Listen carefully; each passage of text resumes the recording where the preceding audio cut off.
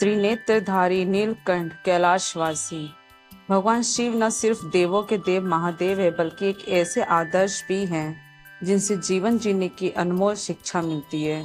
उनकी रहस्यमयी मुस्कान, तांडव की ऊर्जा और तप का तेज हर किसी को आकर्षित करता है। अगर आप भी जीवन में शांति, शक्ति और संतुलन की तलाश में हैं, तो महादेव के गुणों को अपनाना हम सब के लिए चमत्कारी हो सकता है।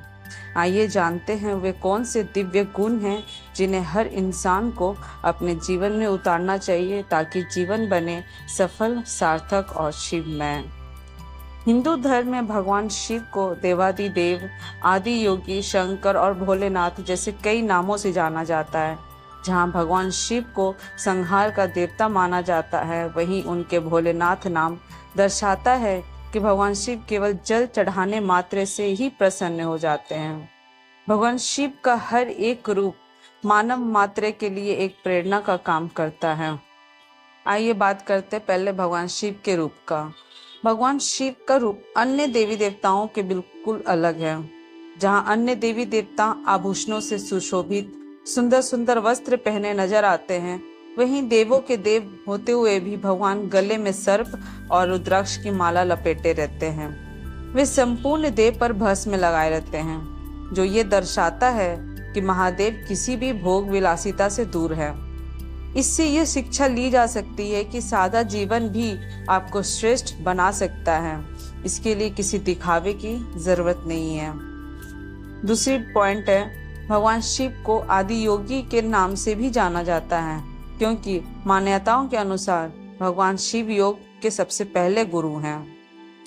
ऐसे में भगवान शिव से यह गुण भी सीखना चाहिए कि किस प्रकार योग और ध्यान द्वारा अपनी सीमाओं से पार जाकर अपनी अंतिम क्षमता तक पहुंचा जा सकता है। योग न केवल आंतरिक चेतना को जगाने का एक माध्यम है, बल्कि स्वस्थ रहने का भी एक बेहतर विकल्प है। अब अन्य गुण की बात करें तो हर परिस्थिति में रहे आगे। ऐसी कई पुरानी कथाएं मिलती हैं जिसमें यह दर्शाया गया है कि भगवान शिव हर चुनौती के लिए तैयार रहते थे। जब समुद्र मंथन के दौरान विष का उत्पत्ति हुई, तब भगवान शिव ने ही उनका पान किया, ताकि समस्त संसार को उसके प्रकोप से बचाया जा सके। वहीं जब गंगा माता को नदी के रूप में धरती पर उतारने का उपक्रम हुआ, तब भी भगवान शिव ने उन्हीं अपनी जटाओं में धारण किया, क्योंकि धरती में गंगा के वेग को वहन करने की क्षमता नहीं थी। इससे यह सीख मिलती है कि मुश्किल परिस्थितियों से भागने के बजाय मनुष्य को उनका डट कर सामना करना चाहिए। एक और गुण हम शिव भगवान से सीख सकते हैं, वो है कभी भी ना करे घमंड। महाभारत के समय अर्जुन को अपनी धनुर्विद्या पर घमंड हो गया था। उस समय शिव जी ने एक वनवासी के वेश में अर्जुन का घमंड तोड़ा था। अर्जुन एक वनवासी को सामान्य व्यक्ति समझ रहे थे, लेकिन धनुर्विद्या में शिव जी ने वनवासी के वेश में अर्जुन को हरा दिया था। शिव जी चाहते थे कि अर्जुन घमंड छोड़ दे, ताकि युद्ध में पांडवों की जीत हो सके। घमंड किसी को भी बर्बाद कर सकता है, इसे जल्दी से जल्दी छोड़ देना चाहिए। कभी किसी को छोटा ना समझे। एक और गुण की बात करें तो वह है बिन बुलाए किसी के घर ना जाए। देवी सती और शिव जी से जुड़ा प्रसंग है। सती के पिता दक्ष ने यज्ञ किया तो उसमें शिव सती को नहीं बुलाया। सती को यह बात मालूम हुई तो बिन बुलाए पिता के यहाँ जाने की जिद करने लगी। शिव जी ने समझाया कि बिना बुलाए हमें नहीं जाना चाहिए, लेकिन सती नहीं मानी और पिता के यहाँ यज्ञ में पहुंच गई।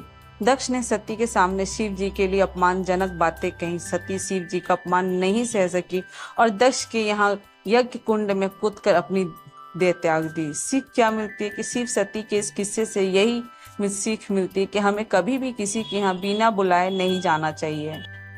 क्या दर्शाता है अर्धनारीश्वर रूप? भगवान शिव को अर्धनारीश्वर के नाम से भी जाना जाता है।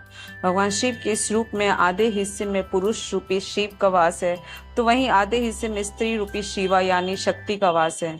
इस रूप से व्यक्ति को प्रेरणा लेनी चाहिए कि स्त्री और पुरुष दोनों ही एक दूसरे के बिना अधूरे हैं, इसलिए दोनों का सम्मान जरूरी है। उम्मीद है ये वीडियो आपको बहुत अच्छी लगी होगी। नया है तो प्लीज सब्सक्राइब करें। Thank you.